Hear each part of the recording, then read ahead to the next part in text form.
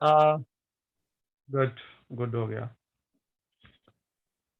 Okay, सो जैसा कि आपको मालूम है, आज का हमारा टॉपिक है game of life and it's implications. तो टॉपिक बड़ा अछूता है, और इस टॉपिक की सिलेक्शन में बिलाल भाई का बड़ा किरदार है, क्योंकि डॉक्टर नकीम ने जब फेसबुक पर लगाया इसके बारे में, तो वो बड़े क्यूरियस थे और उनको क्वेश्चंस भी भेज रहे थे। तो फिर मैंने सोचा कि क्यों ना इसको जो है वो एक मीटिंग की शक्ल दी जाए, और हम डिटेल से जान सकें कि ये गेम ऑफ लाइफ क्या चीज है। आप जानते हैं कि जब हम कायनात को देखते हैं या जिंदगी को समझने की कोशिश करते हैं, इस दुनिया को देखते हुए अपना मुकाम जो है वो समझने की कोशिश करते हैं, तो हम देखते हैं कि हम बड़ी पेचीदा सी मखलूक हैं। हमारा दिमाग एक पेचीदा सी चीज है, दुनिया बहुत पेचीदा है, इसके कवानीन बहुत पेचीदा हैं। इतनी ज्यादा पेचीदगी का जब हम सामना करते हैं तो एक किस्म की वहशत का सामना होता है, और उस वहशत से छुटकारा पाने के लिए हम चीजों को सादा करने की कोशिश करते हैं। इसको हम फिलोसफी में रिडक्शनिज्म भी कहते हैं। हम कॉम्प्लेक्सिटी को सिंपल टर्म्स के अंदर समझना चाहते हैं, एक मुश्किल मसले को आसान करके समझना चाहते हैं।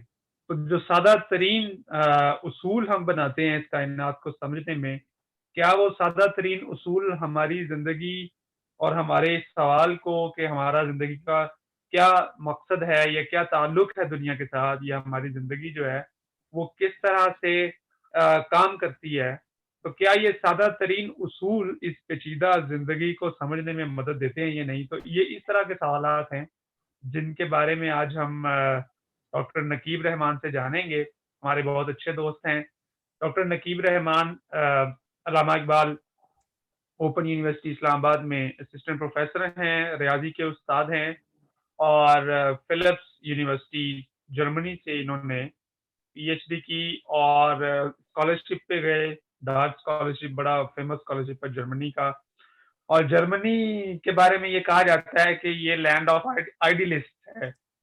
तो हम इनसे जानेंगे, ये भी जानेंगे कि जर्मनी अब कितना रैशनल हो चुका है, कितना मटेरियलिस्ट हो चुका है, क्योंकि फिलॉसफी की तारीख में जर्मनी का बड़ा आला मकाम है। बड़े-बड़े नाम नीत्शे और किरकेगार्ड और इवन कार्ल मार्क्स और बड़े-बड़े लोग जो हैं वो जर्मनी ने पैदा किए, और जर्मन आइडियलिज्म एक अहद का नाम है फिलॉसफी के अंदर। तो इसके बारे में भी इनसे हम जानने की कोशिश करेंगे। तो over to you sir, doctor साहब। Okay, thank you very much Ali. बड़ा अच्छा लगा ये सब कुछ सुन के, और डेफिनेटली जर्मनी का मेरा बड़ा एक अच्छा एक्सपीरियंस रहा है। मैं कोई ऑलमोस्ट 5 ईयर वहाँ पे रहा हूँ, और आई लव दैट प्लेस। और रीज़न मेरी जाने की भी वही थी जो आप बता रहे हैं, कि जर्मनी की एक बड़ी लॉन्ग हिस्ट्री है, और पर्टिकुलरली साइंस के हवाले से और फ़लसफ़े के हवाले से। मेरा फर्स्ट इंटरेस्ट तो साइंस था, फ़लसफ़ा तो अब थोड़ा बहुत साथ साथ पढ़ रहा हूँ मैं। लेकिन मैथमेटिक्स के हवाले से देखा जाए तो मैथमेटिक्स, जो मॉडर्न मैथमेटिक्स हम आजकल यूनिवर्सिटीज़ में पढ़ाते हैं, वो उसका कोई ना कोई रूट और कोई ना कोई लिंक जो है आपको जर्मनी के साथ मिलेगा। जैसे डेविड हिल्बर्ट है, या फिर इसी तरीके से रीमान है और गाउस है।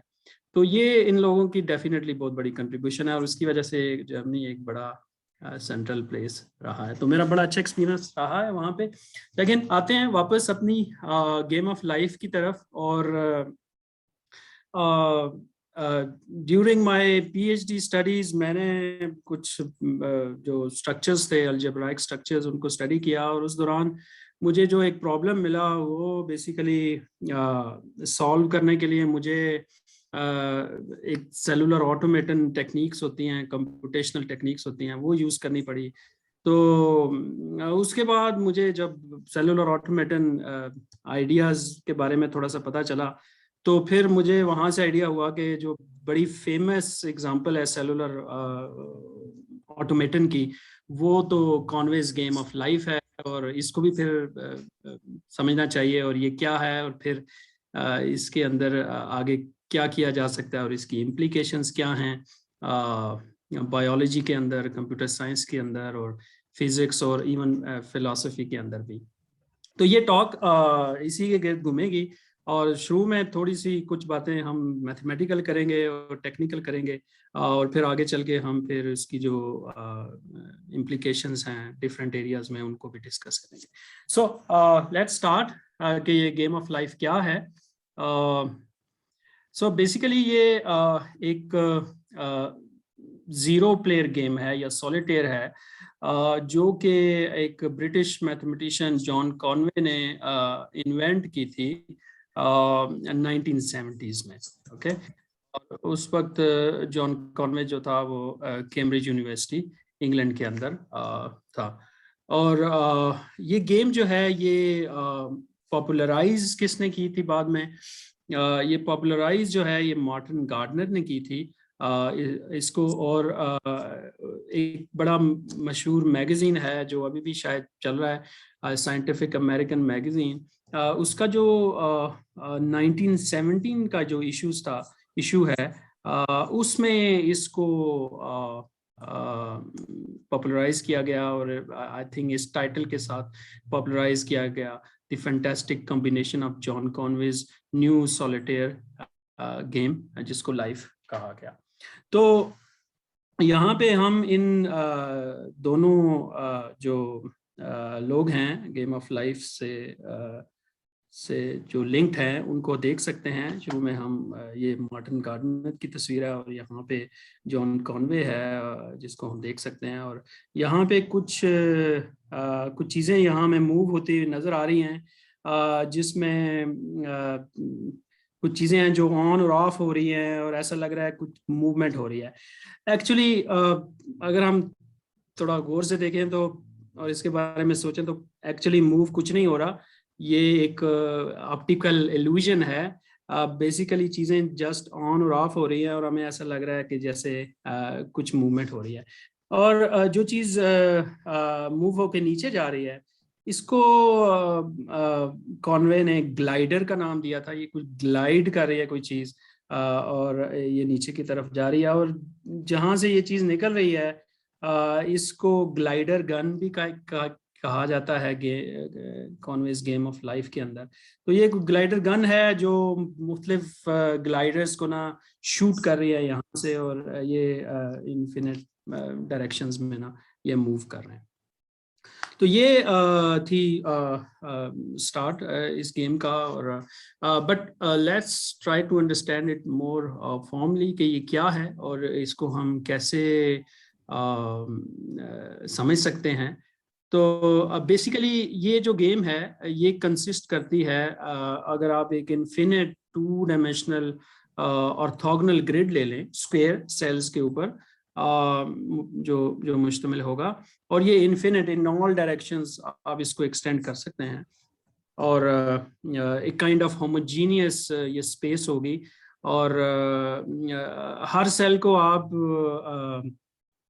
हम कंसिडर कर सकते हैं कि हर सेल जो है वो 2 पॉसिबल स्टेट्स में होगा। कोई भी सेल या अलाइव होगा या डेड होगा। सो ये गेम जो है एक इन्फिनिट स्क्वायर चेकर बोर्ड के ऊपर कंसिस्ट करती है, और उसके हर सेल की 2 पॉसिबिलिटीज, या वो अलाइव होगा सेल या वो फिर डेड होगा। जो अलाइव होगा उसको हम इस जो ब्लैक सर्कल है या डार्क सर्कल है उससे शो करेंगे या शो कर सकते हैं, और जो सेल डेड होगा उसे हम वाइट सर्कल से शो कर सकते हैं। आप डिफरेंट वे से भी इसको मॉडल कर सकते हैं, but this is one of the way.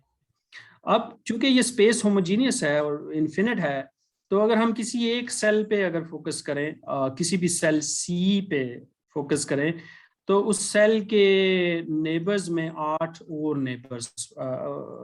और सेल होंगे। उस सेल के नेबरिंग जो सेल होंगे वो 8 होंगे, ठीक है। और अगर हम इस सेल को भी इंक्लूड कर लें तो टोटल सेल जो है वो 9 बनेंगे, ठीक है। किसी एक जगह पे आप फोकस कर लें। यहाँ पे चूंकि मैंने फाइनाइट इसका शो किया हुआ है, लेकिन आप किसी भी एक सेल पे जाएंगे तो उस सेल के नेबर्स जो होंगे वो 8 होंगे, ठीक है। और हर सेल जो है वो इन 8 नेबर्स के साथ इंटरेक्ट करेगा, ठीक है। ओके, आई थिंक यहाँ तक ठीक है। अब हम आगे चलते हैं।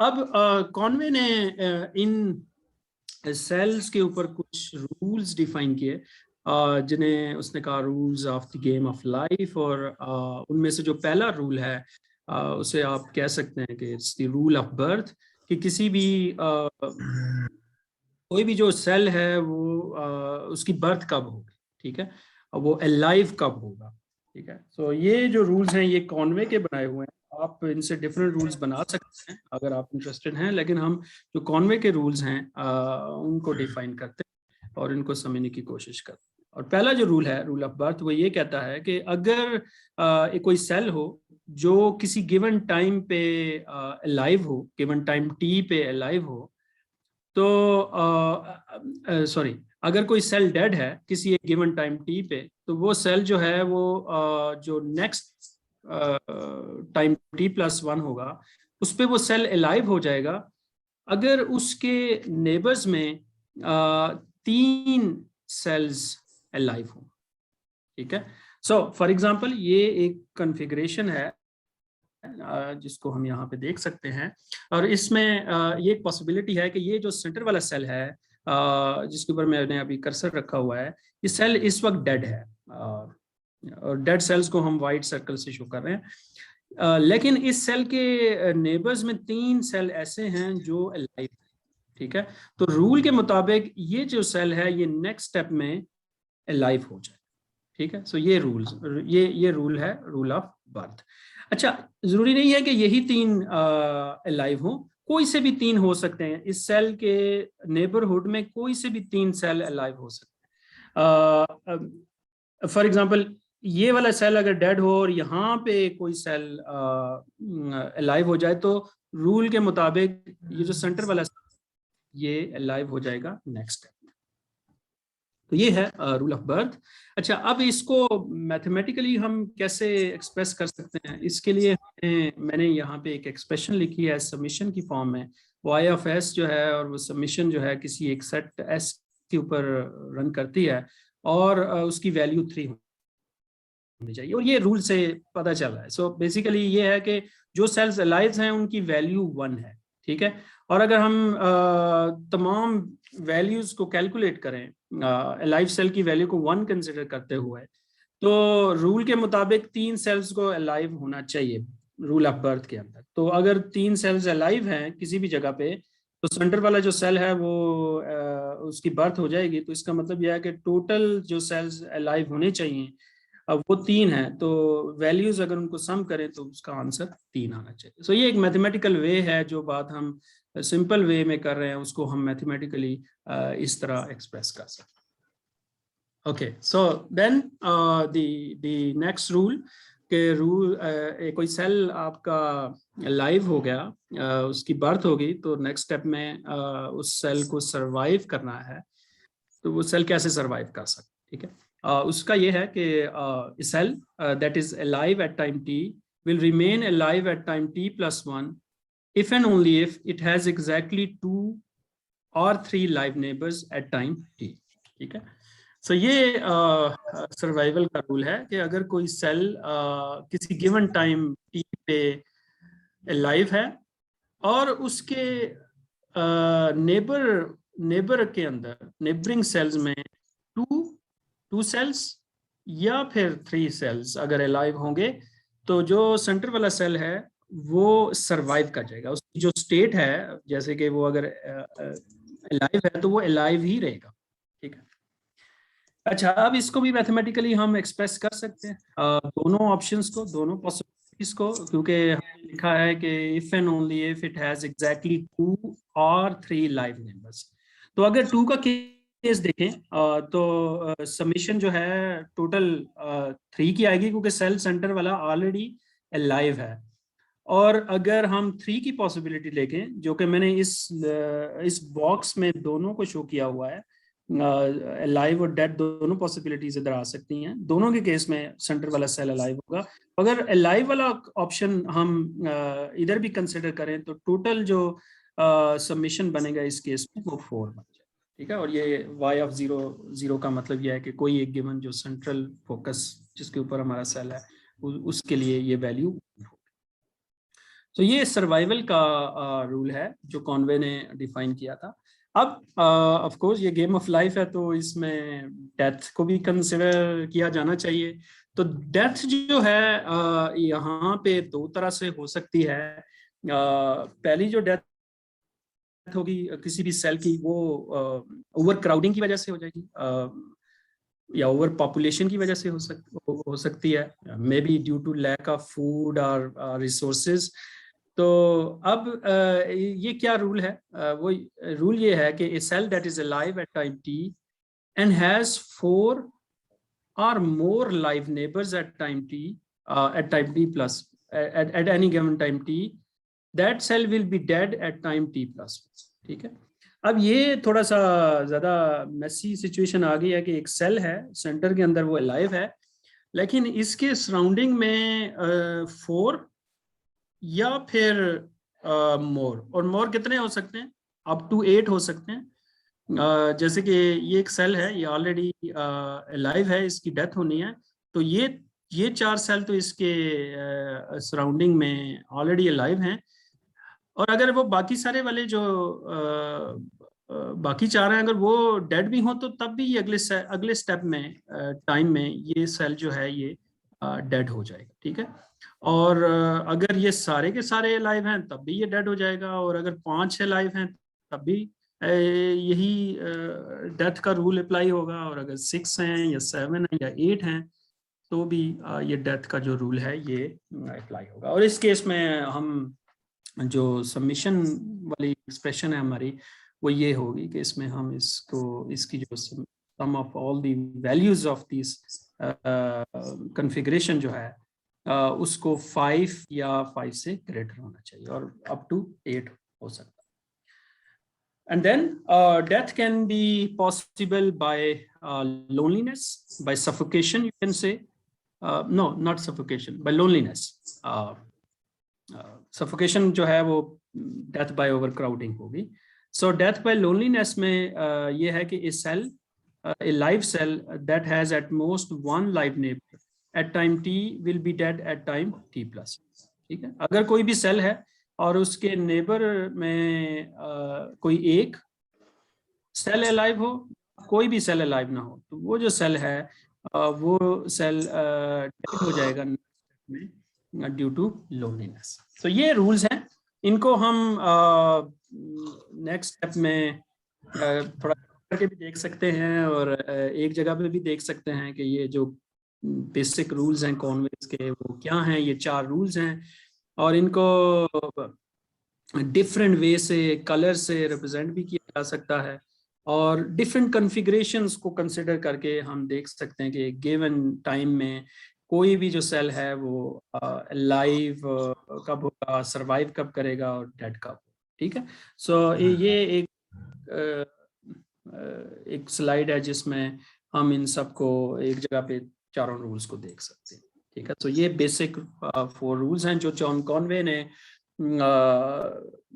इन्वेंट किए थे ड्यूरिंग टी टाइम, ठीक है। और वो ये जानना चाहता था कि अगर हम इस तरह के बेसिक रूल्स बना लें और फिर इन बेसिक रूल्स के बाद हम इनको अप्लाई करें डिस्क्रीट टाइम के अंदर, तो क्या होगा। एक जो गिवन इन्फिनिट चेकर बोर्ड है उसके अंदर हमें किस तरह का एवोल्यूशन नजर आएगा, लाइफ या जो चीजें ऑन और ऑफ होंगी वो किस तरह की होंगी, और उससे क्या कोई कम्प्लेक्सिटी इमर्ज हो सकती है, जैसे कि रियल लाइफ के अंदर हम देखते हैं एवोल्यूशन ऑफ लाइफ, और फिर उसके अंदर जो कम्प्लेक्सिटी है उसको क्या ऐसा कुछ किया जा सकता। तो ट्राई उसने और भी रूल्स किए थे, लेकिन ये जो रूल्स थे इससे मैक्सिमम जो कम्प्लेक्सिटी है और इंटरेस्टिंग जो कम्प्लेक्सिटी है और केओस है वो इमर्ज हुआ। और इसको हम ऐसे भी देख सकते हैं कि अगर हम इसको यहाँ पे देखें तो ये यहाँ पे राइट साइड पे हमें कुछ जो सेल्स हैं वो अलाइव और डेड होते हुए नजर आ रहे हैं, और कुछ सेल्स और कुछ कॉन्फ़िगरेशंस इवन स्टेबल भी हो रही हैं। ठीक है, स्टेबल होने का मतलब यही है कि अगर नेक्स्ट टाइम में जब उन पे गेम ऑफ लाइफ अप्लाई हो रही है तो रिजल्ट सर्वाइवल वाला ही आ रहा है। तो कुछ सेल सर्वाइव कर रहे हैं और कुछ सेल जो है वो डेड हो रहे हैं, और कुछ नए पैटर्न्स आपके पास हमारे पास इमर्ज हो रहे हैं। ठीक है, और ये जो एवोल्यूशन है, evolution of the game of life जो है, ये बेसिकली काइंड ऑफ डिटर्मिनिस्टिक है, और क्योंकि रूल्स डिटर्मिनिस्टिक हैं और ये रूल्स बेसिकली डिटरमिन कर रहे हैं कि what will happen in the future. Naqeeb, एक क्वेश्चन है कि ये जो अभी आप दिखा रहे हैं, ये अगेन मेरा ख्याल चीजें मूव नहीं कर रही हैं, ऑन ऑफ का सिलसिला है। और दूसरा ये राइट, कि ये मतलब वो रूल्स को लेके ये एल्गोरिदम बनाया गया और उस एल्गोरिदम को आप एवोल्यूशन कह रहे हैं। एग्जैक्टली। सो ये डिस्क्रीट टाइम में ये एल्गोरिदम बनाया गया है, और इसके बाद डिस्क्रीट टाइम में इसको रन किया गया।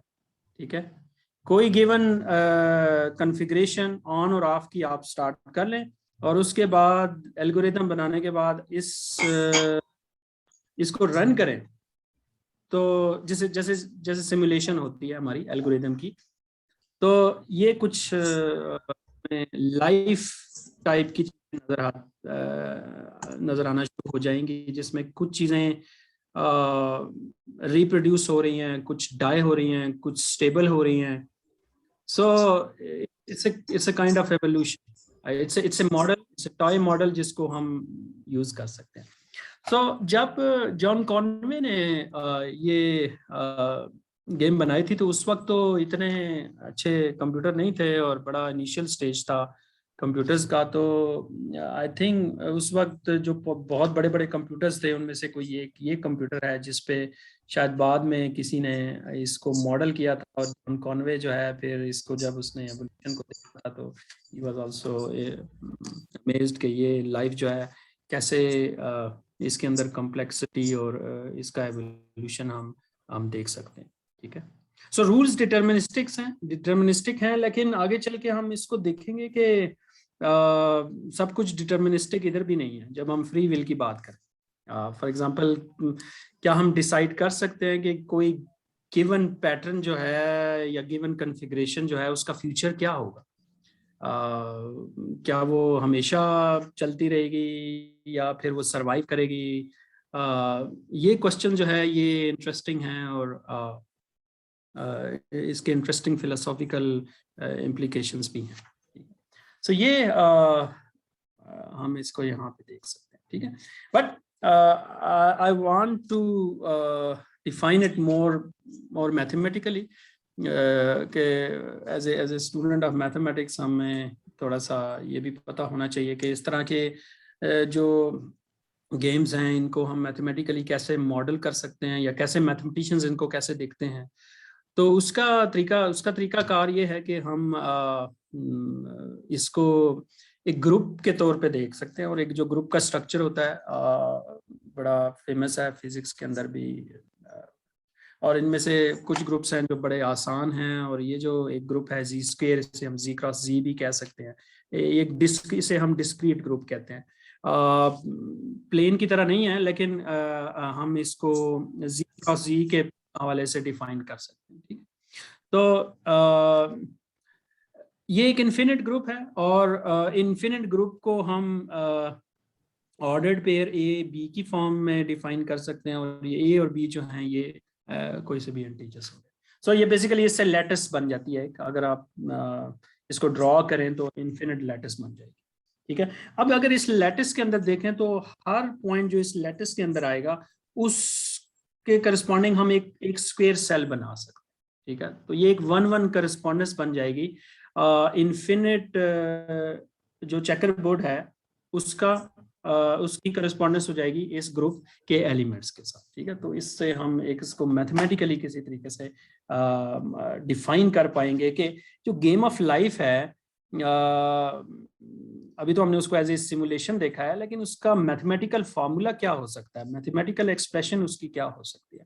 तो उसके लिए पहला स्टेप यही है कि हम जो इन्फिनिट ग्रिड है उसको एक ग्रुप स्ट्रक्चर के तौर पे देखें, मैथमेटिकल स्ट्रक्चर जिसे हम जी स्क्वायर कहते हैं, और फिर उस ग्रुप के हर एलिमेंट को मैप करें एक स्क्वायर के साथ, ठीक है। सो हर ग्रुप का एलिमेंट बेसिकली करस्पॉन्ड करेगा एक स्क्वायर के साथ, ठीक है। ये एक 1-1 करस्पॉन्डेंस इस तरीके से बन सकती है, ठीक है।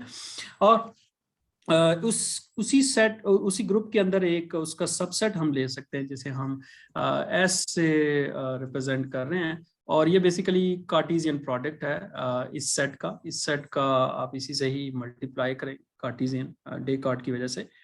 तो यहाँ पे फॉर एग्जांपल इस सेट के जो एलिमेंट्स होंगे ये 9 बनेंगे, क्योंकि 3 एलिमेंट्स हैं इसके, और 3 की पावर 2 जो है वो 9 आ जाएगा। तो हमारे पास ये एलिमेंट्स आ जाएंगे। सो सी के साथ एक एलिमेंट होगा C+00 जो कि सी सेल के इक्वल ही आ जाएगा। इसी तरीके से एक 10 एलिमेंट आएगा, और इसी तरीके से लेफ्ट साइड पे -10 एलिमेंट हमारे पास आ सकता है, और ये बाकी एलिमेंट्स भी इधर ही आ जाएंगे। तो ये भी एक सेट बन जाता है जिसे हम एस से रिप्रेजेंट कर सकते हैं, ठीक है, और एस कह सकते हैं। और जो लैंग्वेज ऑफ सेलुलर ऑटोमेटन है, या सेलुलर ऑटोमेटा की जो थ्योरी है, उसमें हम इस तरह के जो सेट्स हैं उनको मेमोरी सेट्स कहते हैं, क्योंकि ये बेसिकली फिक्स सेट्स होते हैं जिनकी बेस पे हम इस एवोल्यूशन को डिफाइन करते हैं, या इसको मैथमेटिकली डिस्क्राइब करते हैं, ठीक है। तो ये जो एस सेट होगा इसे हम मेमोरी सेट भी कहेंगे, और इसकी मदद से कोई भी गिवन सेल के नेबरहुड वाले सेल जो हैं उन तक हम पहुंच सकते हैं। Okay, so then what's the next step towards the mathematization of this game of life. तो उसके लिए हम जो ऑन और ऑफ वाली सिचुएशन है या ऑप्शंस हैं उनको एक सेट ए से रिप्रेजेंट कर देते हैं 0 और 1 की फॉर्म में, और उस सेट को हम अल्फाबेट सेट भी कह सकते हैं। अगर language of computer science use करेंगे तो हम उसको अल्फाबेट सेट्स भी कह सकते हैं, और उसके जो एलिमेंट्स हैं उनको लेटर्स कहा जा सकता है, या स्टेट्स हैं ऑन और ऑफ वाली, या फिर सिंबल्स हो सकते हैं, या कलर्स भी हो सकते हैं, ठीक है। और ये जो 0 स्टेट होगी ये किसके करस्पॉन्डिंग होगी, ये एब्सेंस ऑफ लाइफ को शो। 1 स्टेट होगी या 1 एलिमेंट है, ये रिप्रेजेंट करेगा को लाइफ को, मतलब the aliveness of given cell, ठीक है। अच्छा, अब नेक्स्ट स्टेप में हम मैथमेटिक्स में इसको ऐसे डिफाइन करते हैं कि अब हमारे पास जी स्क्वायर एक ग्रुप है जो जिसके करस्पॉन्डिंग हमारे पास सारे इन्फिनिट ग्रिड भी है। तो यहाँ हम कॉन्फ़िगरेशंस मैप्स डिफाइन कर सकते हैं, कॉन्फ़िगरेशंस डिफाइन कर सकते हैं, और ये बेसिकली मैप्स हैं जो जी स्क्वायर से ए की तरफ चलेंगी। सो ये बेसिकली ये है कि हर जो स्क्वायर है उसको हमने या ऑन करना है या ऑफ करना, ठीक है। और ये भी हो सकता है कि सारे ऑफ हो जाए या सारे ऑन हो जाए। सो इन एनी केस ये हमारे पास मैप्स बनते हैं, और इन मैप्स को हम कॉन्फ़िगरेशंस भी कहते हैं, कॉन्फ़िगरेशंस मैप्स कहते हैं। और इस तरीके से सारी कॉन्फ़िगरेशंस अगर हम इकट्ठी कर लें जो कि इन्फिनिट बनेगी, क्योंकि जी स्क्वायर इन्फिनिट है, तो इन्फिनिट पॉसिबिलिटीज हैं कि हम स्क्वायर्स को ऑन और ऑफ कर लें और उससे कॉन्फ़िगरेशंस डिफाइन करें, ठीक है। और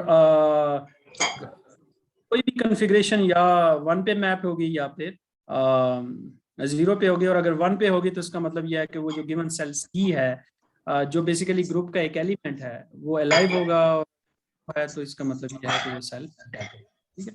अच्छा, यहाँ पे कुछ टेक्निकल चीजें हैं जो ग्रुप थ्योरी के अंदर, एडवांस ग्रुप थ्योरी के अंदर हम डिफाइन करते हैं, जो हमें मैथमेटिकली डिफाइन करनी पड़ती है ताकि हमारे पास फार्मूला बन जाए।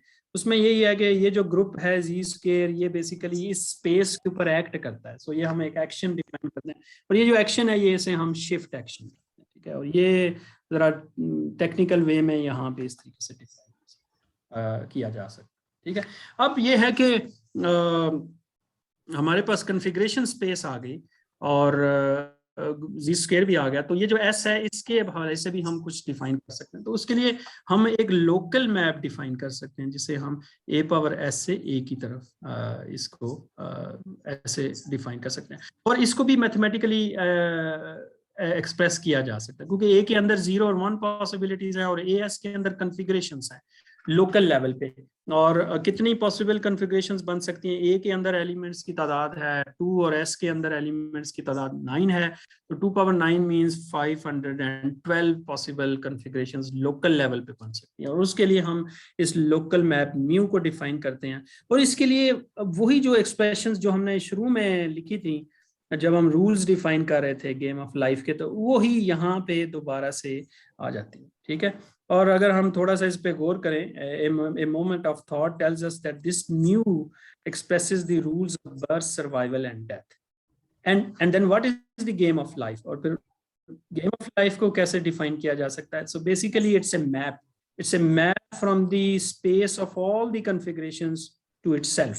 And how we define this map? We define this map by using this local map, जिसे हम mu कहते हैं। ठीक है, so this is how mathematicians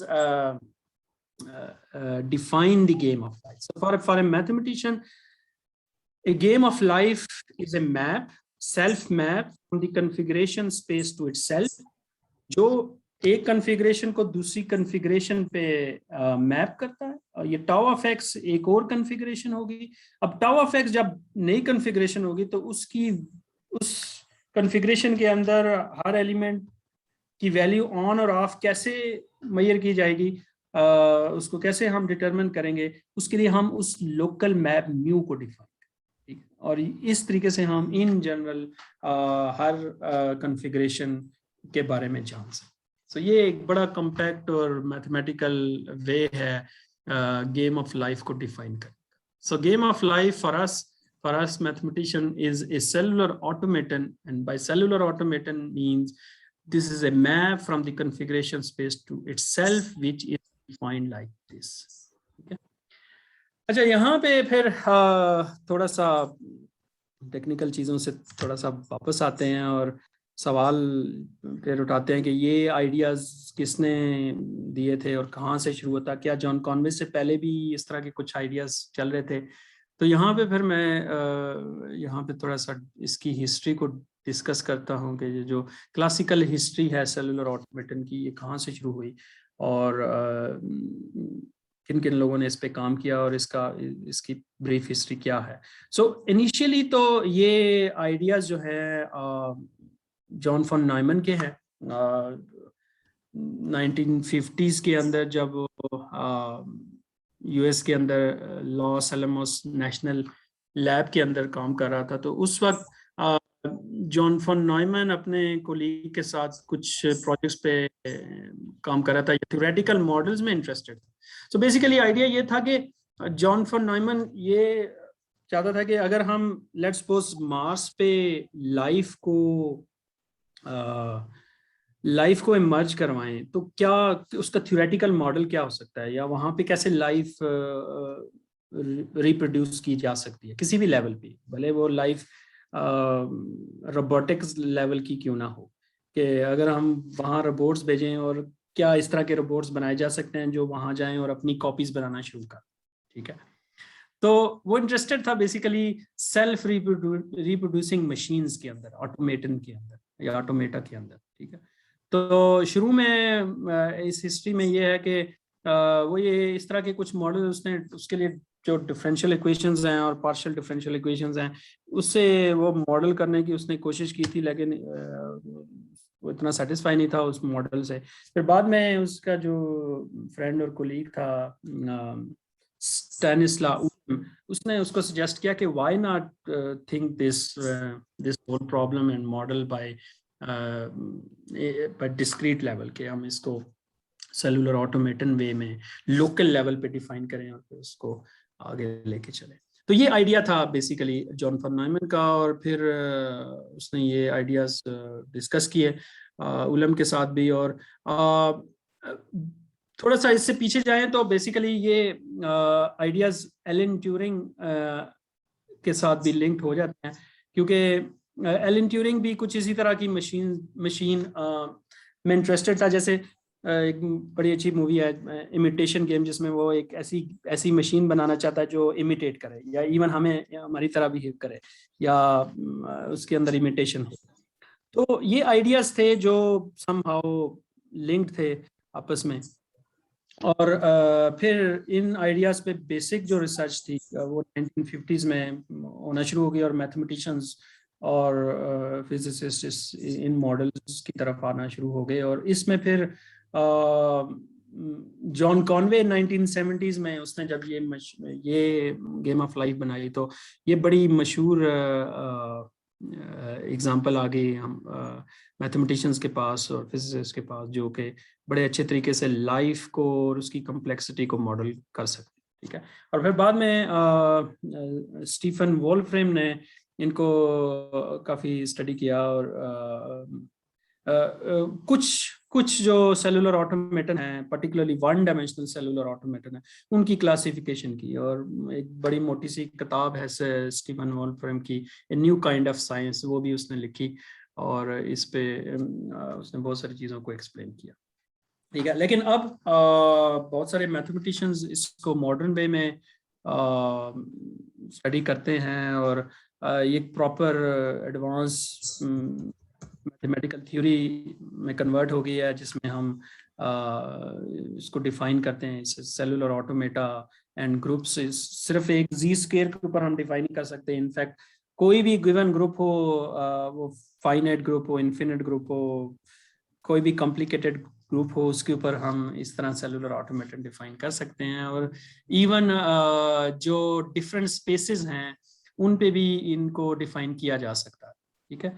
और उन सेट्स के ऊपर भी डिफाइन किया जा सकता है जो इटसेल्फ ग्रुप ना हो, लेकिन उनके ऊपर ग्रुप कोई एक्ट करता हो। और इसमें मैंने भी थोड़ा सा एक काम किया था, मेरे एक स्टूडेंट हैं मोहम्मद खुरम शहजाद, उनके साथ, और ये हमने एक पेपर भी लिखा था जो कि आर्काइव पे आप इसको सर्च कर सकते हैं। तो ये अब इस पे काफ़ी डायरेक्शंस में काम हो रहा है और काफ़ी सारे लोग इसको इस तरीके से स्टडी करते हैं। ठीक है। अच्छा, अब जब हम इसको देखते हैं, तो जब हम इस तरह की स्टडीज करते हैं डिफरेंट स्ट्रक्चर्स, मैथमेटिकल स्ट्रक्चर्स के ऊपर, तो समटाइम्स उनको हम जब मॉडल करने की कोशिश करते हैं या अंडरस्टैंड करने की कोशिश करते हैं रियलिटी के साथ भी, तो हमारे पास आता है ये गेम ऑफ लाइफ जो है, हम डिफरेंट यूनिवर्सेस में इसको डिफाइन कर सकते हैं। फॉर एग्जांपल जो क्लासिकल गेम है वो तो 2 डायमेंशनल प्लेन के ऊपर हमने देखी, बट इसी तरह की गेम फाइनाइट जो स्फीयर है उसके ऊपर भी डिफाइन की जा सकती है। जैसे कि लेफ्ट साइड पे एक सरफेस ऑफ द स्फीयर है, उसके ऊपर हम देख रहे हैं कि यही गेम जो है ये इवॉल्व होती हमें नजर आ रही है। और इवन जो बड़ी नॉटेड सरफेसेस होती हैं, जैसे कि ये एक नॉटेड सरफेस मूव होती नजर आ रही है, इसके ऊपर भी हम डिफाइन कर सकते हैं। और इवन जो नॉन रेगुलर सरफेसेस हैं या टाइलेशन इसे कहते हैं, जैसे पेनरोज टाइलिंग है, उनके ऊपर भी इस तरह की गेम डिफाइन की जा सकती है, या उसी के इक्विवेलेंट या थोड़ी सी मॉडिफिकेशन के साथ। क्योंकि जब हम यूनिवर्स चेंज करेंगे, यूनिवर्स चेंज करने का मतलब यह है कि बेसिक स्ट्रक्चर जिसके ऊपर हम ये डिफाइन कर रहे हैं, तो उससे हमें समटाइम्स रूल्स तो वही रहेंगे, लेकिन जिस तरीके से करेंगे उनको थोड़ा सा मैथमेटिक्स हमें जरा देखना पड़ेगा, उसको थोड़ी सी टेक्निकलिटीज हैं। और इवन 3D के अंदर भी इसका इक्विवेलेंट वर्जन बनाया जा सकता है कि 3D के अंदर इस तरह की गेम डिफाइन कर ले तो वो क्या होगा, उसका एवोल्यूशन क्या होगा। और अगर हम स्क्वेयर्स की जगह अगर स्फीयर्स बॉल्स रख लें और फिर उनकी एवोल्यूशन देखें तो वो क्या होगा। सो फिजिसिस्ट के पॉइंट ऑफ व्यू से आप इसको एज ए ब्लॉक यूनिवर्स के तौर पे देख सकते हैं, जहाँ पे जो यूनिवर्स है ये स्पेस टाइम डायग्राम बना ले, और स्पेस टाइम डायग्राम के अंदर जो टाइम है जो वर्टिकल डायरेक्शन में रन कर रहा है, उसमें अगर हम इसको एक मूवी के तौर पे एवोल्यूशन के तौर पे देखें तो ये एक इंटरेस्टिंग हमें चीज़ें नज़र आएंगी। और इंफॉर्मेशन फिजिक्स के अंदर इस तरह की चीज़ें बड़ी आजकल यूज़ होती हैं, और डिजिटल फिजिक्स के अंदर इन चीज़ों को बड़ा एक्सप्लोर किया जाता है। Okay, so far we reached here. और अभी तक कोई क्वेश्चन है तो वो हम डिस्कस कर सकते हैं, नहीं तो फिर हम आगे चलते हैं। Is there any question so far? जी, ये एक सवाल है, अगर आप चैट में देख सकें मुझसे। उमेर का, you are taking as US as local map, how? Sorry, मुझे दोबारा जाना पड़ेगा। यहाँ पे आई गेस यहाँ पे एस तो हमने डिफाइन कर लिया। ये जो मैप है ये हम लोकली डिफाइन कर रहे हैं। ये क्वेश्चन कुछ लिहाज से टेक्निकल इस सेंस में हो सकता है कि ये जो हमारे सेलुलर ऑटोमेटन है ये लोकल इंफॉर्मेशन की बेस्ड पे है। और फिजिक्स के अंदर एक बड़ा प्रॉब्लम है जब हम लोकेलिटी को छोड़ते हैं और नॉन लोकल इंटरेक्शंस की बात करते हैं। लेकिन सेलुलर ऑटोमेटन मोस्टली जो अभी हम डिस्कस कर रहे हैं या even the game of life भी कर रहे हैं, ये इसमें लोकेलिटी बड़ा इंपॉर्टेंट पार्ट प्ले कर रही है। और ये लोकल डिफाइनिंग है मैप। डेफिनेशन तो इसकी यही है जो हमने की है। आई डोंट नो, इसमें कोई अगर वो अनम्यूट करके सवाल पूछना चाहें तो मैं फिर इस पे। सर, ये आपने इसको लोकल मैप कहा है, लोकल के जी। सेंस में आप इसको कह रहे हैं? हाँ, सो लोकल इस सेंस में कह रहे हैं कि हमने ये जो एस है ना, ये जो एस है ये एक सेट लिया है, और ये सेट इन्फिनिट नहीं है, ये एक फाइनाइट सेट है जिसमें 9 एलिमेंट्स आते हैं।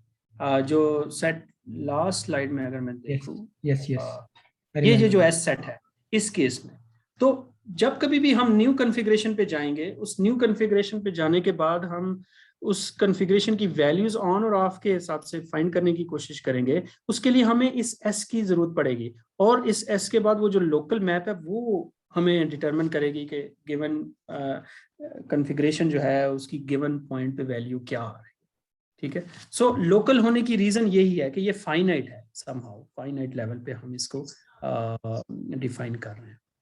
ठीक है, but technically and may be physics के पॉइंट ऑफ व्यू से यहाँ पे सवाल इंटरेस्टिंग हो सकता है कि क्या non local cellular automaton define किए जा सकते हैं, क्योंकि नॉन लोकेलिटी जो है ये क्वांटम मैकेनिक्स में एक इंटरेस्टिंग फिनोमेना है, और इंटेंगलमेंट और इन चीज़ों में इसको स्टडी किया जाता है। और अगर इस तरह का कोई non local cellular automaton define हो जाए तो वो इंटरेस्टिंग हो सकता है हमारे बहुत सारे चीज़ों को मॉडल करने के लिए, या फिर मे बी इंटरप्रिटेशन के लिए।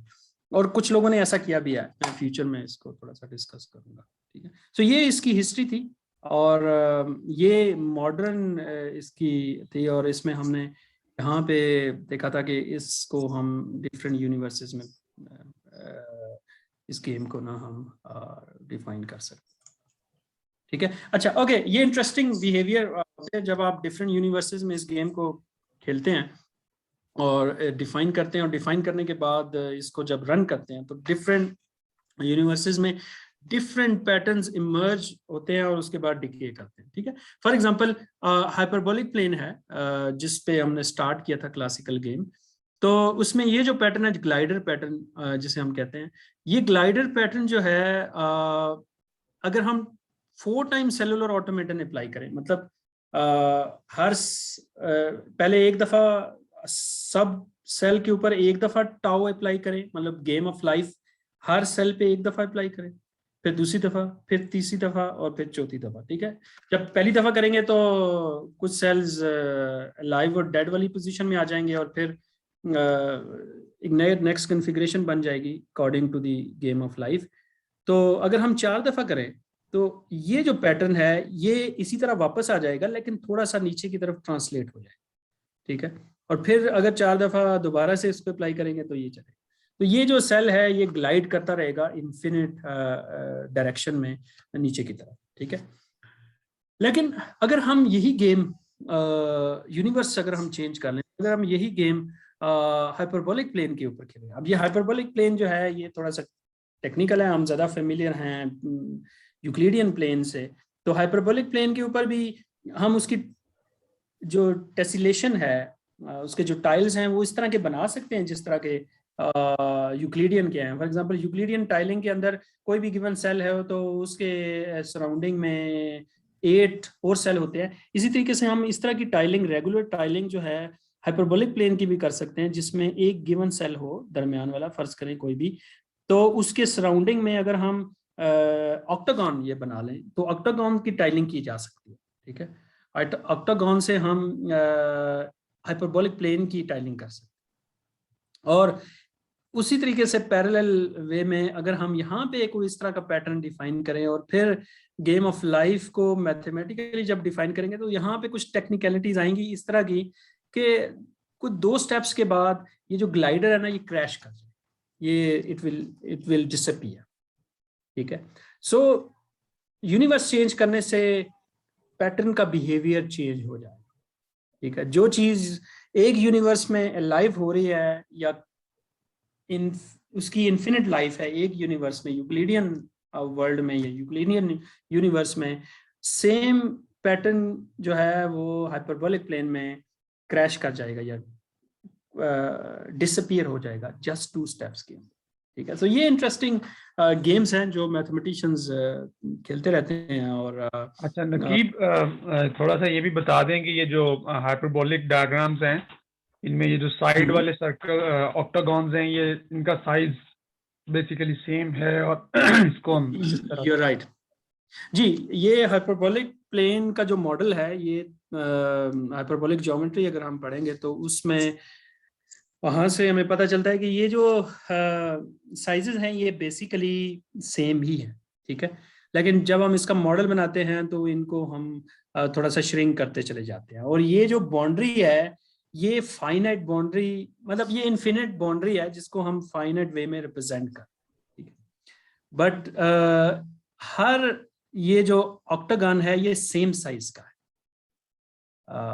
इसके साइजेस चेंज नहीं हो रहे और ये थोड़ा सा ट्रिकी है। और हाइपरबोलिक ज्योमेट्री का जो कोर्सेज होते हैं उनमें जब हम इनको डिफाइन करते हैं और इवन डिस्टेंसेस और बाकी चीज़ें, तो वहाँ पे बड़ी इंटरेस्टिंग चीज़ें सामने आती हैं हमारे पास।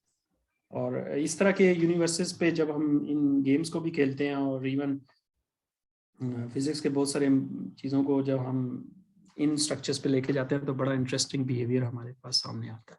ठीक है, सो आंसर सिंपल यही है कि ये जो ऑक्टागन्स हैं ये सारे सेम साइजेस के हैं, लेकिन मॉडल करने के लिए हमने इनको ज़रा इस तरीके से किया है, क्योंकि अदरवाइज अगर हम इसको फ्लैट में, क्योंकि ये फ्लैट नहीं है, because this is not a flat universe, this is curved. ठीक है, और उस कर्व को हमने शो करने के लिए इस तरीके से मॉडल किया हुआ है। जैसे कि स्फीयर को भी जब हम शो करेंगे प्लेन के अंदर तो वहाँ पे स्क्वायर जो है वो एक जैसा स्क्वायर तो नहीं हम शो कर सकते, तो वो जब प्रोजेक्शन करेंगे प्लेन के ऊपर तो बहुत सारी डिस्टॉर्शन आ जाएंगी। तो same is with this model. Okay, so ये तो थी कुछ बातें गेम ऑफ लाइफ के हवाले से मैथमेटिक्स के अंदर, और के इनको हम डिफरेंट यूनिवर्सेस में सेम गेम को खेल सकते हैं। तो अब ये है कि क्या इसकी इम्प्लीकेशंस क्या हैं, इससे हम क्या क्या नई चीज़ें निकाल सकते हैं या क्या चीज़ें इसके मज़मरात क्या हैं। ठीक है, सो इसके लिए मैं अब बहुत सारे रेफरेंसेस दूंगा, जो लोग इंटरेस्टेड हैं वो इनको फॉलो कर सकते हैं और काफ़ी इंटरेस्टिंग चीज़ें यहाँ से सीखी जा सकती हैं। सो जो पहली इम्प्लीकेशंस हैं वो हम बायोलॉजी के अंदर देखेंगे कि ये आइडियाज़ चूँकि जॉन कॉनवे थे के, और शुरू में हमने जैसे कहा था कि बेसिक यही था कि हम कोई बायोलॉजी के अंदर थियोरेटिकल मॉडल्स बना सकते हैं या नहीं। ठीक है, या जिनको हम बाद में यूज़ करेंगे बहुत सारी चीज़ों में। ठीक है, तो कॉनवे की एक डिस्कशन है और कुछ एक क्लिप है, एक बड़ी इंटरेस्टिंग डॉक्यूमेंट्री है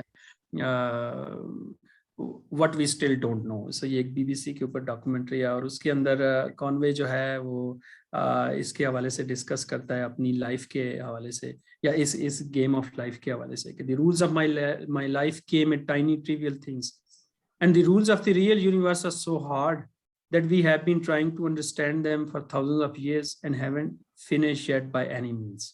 So one can't really expect too much, but already these tiny trivial laws exhibit interesting behavior.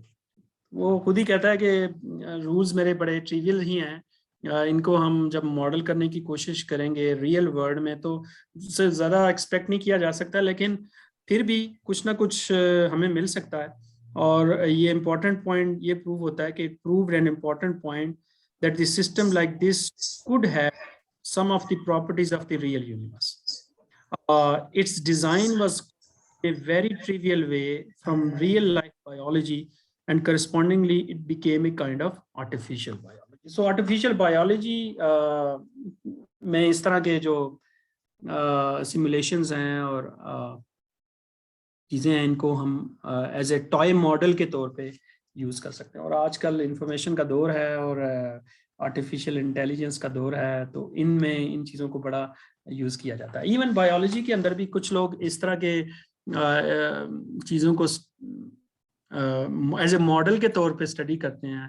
For example ये एक इंटरेस्टिंग पेपर है जो कि इस किसी जर्नल में सेलुलर इन्फेक्शन माइक्रोबायोलॉजी के जर्नल में पब्लिश्ड हुआ है।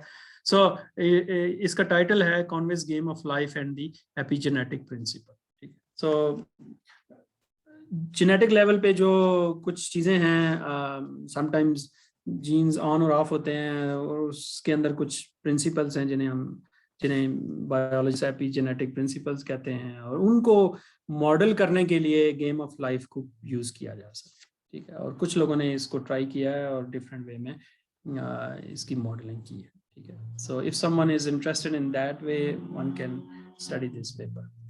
एंड देन इसमें कंप्यूटर साइंस में इसकी इम्प्लीकेशंस क्या हैं और कंप्यूटर साइंटिस्ट इसको कैसे देखते हैं और इससे क्या नई से नई चीज़ें बनाते हैं। तो एक तो ये है कि हमने शुरू में डिस्कस किया कि गेम ऑफ लाइफ को हम एज एन एल्गोरिदम बना सकते हैं, और इवन उसका मैथमेटिकल फार्मूला भी हमने देख लिया है कि वो क्या है। तो रन करना तो प्रॉब्लम नहीं है कि आप उसकी एल्गोरिदम बना के उसको रन करें और फिर सारा दिन बैठ के देखते रहें कि जी कौन सा पैटर्न किस तरह जा रहा है और कैसे जा रहा है। लेकिन कंप्यूटर साइंटिस्ट के लिए ये तो बड़ी ट्रिवियल सी बातें हैं। अब वो ये चाहते हैं कि क्या ये जो गेम है इससे भी इटसेल्फ एक कंप्यूटर बनाया जा सकता है, क्या कॉन्वेज गेम ऑफ लाइफ के अंदर भी कंप्यूटर बनाया जा सकता है। ठीक है, कंप्यूटर के अंदर तो कॉन्वेज गेम ऑफ लाइफ को हम सिमुलेट करता हुआ देख सकते हैं, लेकिन is it possible to build a computer in Conway's game of life by using Conway's game of life? तो बहुत सारे जो कंप्यूटर साइंटिस्ट हैं उन्होंने ऐसा किया है। उनमें से ये एक हैं निकोलस लोइजू, उन्होंने ये कंप्यूटर क्रिएट किया है बाय यूजिंग ग्लाइडर्स। वो जो ग्लाइडर्स हमने देखे थे, अब कंप्यूटर बनाने के लिए हमें सिग्नल्स और लॉजिक गेट्स की जरूरत पड़ती है। अब यहाँ पे लॉजिक गेट्स कैसे बनेंगे? तो उसके लिए लॉजिक गेट्स जो यहाँ पे बनेंगे उनके लिए ग्लाइडर्स को यूज किया जा सकता है। ठीक है, तो ये जो बिल्डिंग ब्लॉक्स हैं उस कंप्यूटर के अंदर, वो ग्लाइडर गन होगी और ग्लाइडर रिफ्लेक्टर्स होंगे और glider Duplicator and glider eaters होंगे। ठीक है, और ये जो गेम बनेगी, ये जो कंप्यूटर बन जाएगा by using this programming, by using the Conway's game of life, ये काफी पावरफुल और यूनिवर्सल कंप्यूटर होगा। यूनिवर्सल ट्यूरिंग की सेंस में वो क्या है कि this game of life has the power of a universal Turing machines. Universal Turing machines क्या है? यूनिवर्सल ट्यूरिंग मशीन होने का मतलब ये है कि anything that can be computed algorithmically can be computed by using this game. तो ये एक इस तरीके से ये जो कॉन्वेज गेम ऑफ लाइफ है ये काफ़ी इंटरेस्टिंग वे है एक मॉडल बनाने की। और ये कंप्यूटर साइंटिस्ट हैं, उन्होंने इसको डेवलप किया गया है, उसमें उन्होंने सारी चीज़ों को एक्सप्लेन किया है कि ये कैसे किया जा सकता है। और इसके लिए एक YouTube पे बड़ी इंटरेस्टिंग डॉक्यूमेंट्री भी है, इतनी लंबी नहीं है, शॉर्ट ही है, जो कि एलन ज़ुकूनी की है, और अगर इसको भी आप देखेंगे तो उसमें उन्होंने इन्होंने एक्सप्लेन किया हुआ है कि इस गेम को कैसे बनाया जा सकता है। तो वहाँ पे एक छोटी सी एनिमेशंस भी है। मैं चाहूँगा कि हम इसको थोड़ा सा देख लें। ये 1.5 मिनट की है, may be with in 2 minutes हम इसको देखेंगे ताकि हमें एक आइडिया हो जाए कि ये गेम ऑफ लाइफ जो है ये क्या है और इसकी और क्या क्या इम्प्लीकेशंस हो सकती हैं और ये क्यों इतनी ज़्यादा इंटरेस्टिंग है। तो मैं अभी इसको प्ले करता हूँ, लेट्स सी कि हम इसको देख सकते हैं या नहीं। आई एम गोइंग टू, सो मेरे ख्याल में मुझे इसको वापस करना पड़ेगा। So let's start this life in life. Ali, can you see this now? Life in life. Video अभी नहीं प्ले हुई। अच्छा, अभी प्ले नहीं हुई। So can you see this now? अभी भी नहीं हुई? No.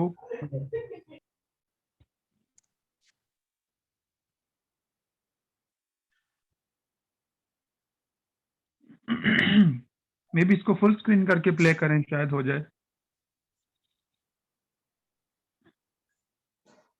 Is it possible now? आप अभी देख सकते? अभी तो हमें वीडियो नहीं नजर आ रही, बस आपका इंटरफेस नजर आ रहा है कंप्यूटर का बस। I see. ओके, चलें फिर हम इसको अभी नहीं देखते। मैं इसको यहाँ से बैक जाता हूँ और I think there is some problem. मुझे दोबारा से अपलोड करनी पड़ेगी शेयर। मुझे दोबारा से अगर कहीं शेयर सिस्टम में पड़ी है तो वहां से आप मेरे ख्याल डायरेक्ट रन कर सकते हैं, अच्छा, पावर पॉइंट के अलावा। चलें ये कर लेते हैं। चलें मैं अभी करता हूँ। अब आप देख सकते हैं? अभी ओपन हो रही है।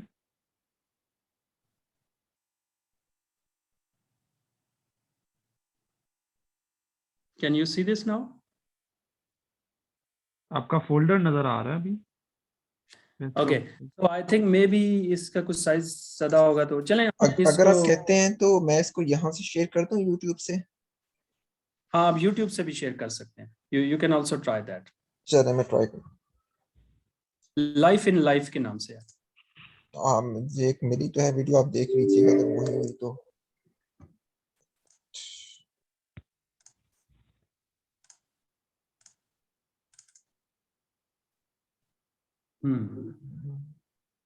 तो जूम में वीडियो शेयर करना। यही वीडियो है।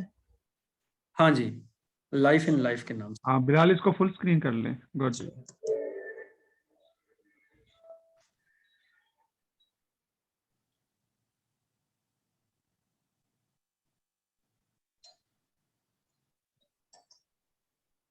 ये स्ट्रीमिंग का प्रॉब्लम हो रहा है, इस वजह से शायद ये रुक रही है।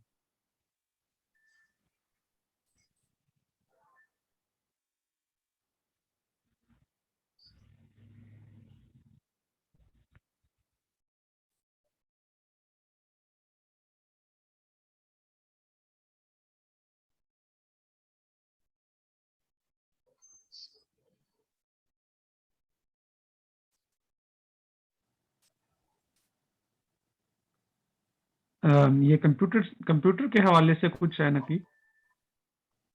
हाँ जी, ये आप बेसिकली दिखा दें। इसमें आइडिया ये था कि क्या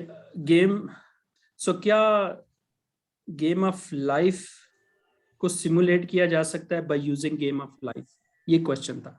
इसका आंसर इन्होंने दिया है और इसके लिए उन्होंने एक बड़ी अच्छी वीडियो भी बनाई है जिसमें ये इन्होंने शो किया है कि हम गेम ऑफ लाइफ को सिमुलेट कर सकते हैं with in the game of life.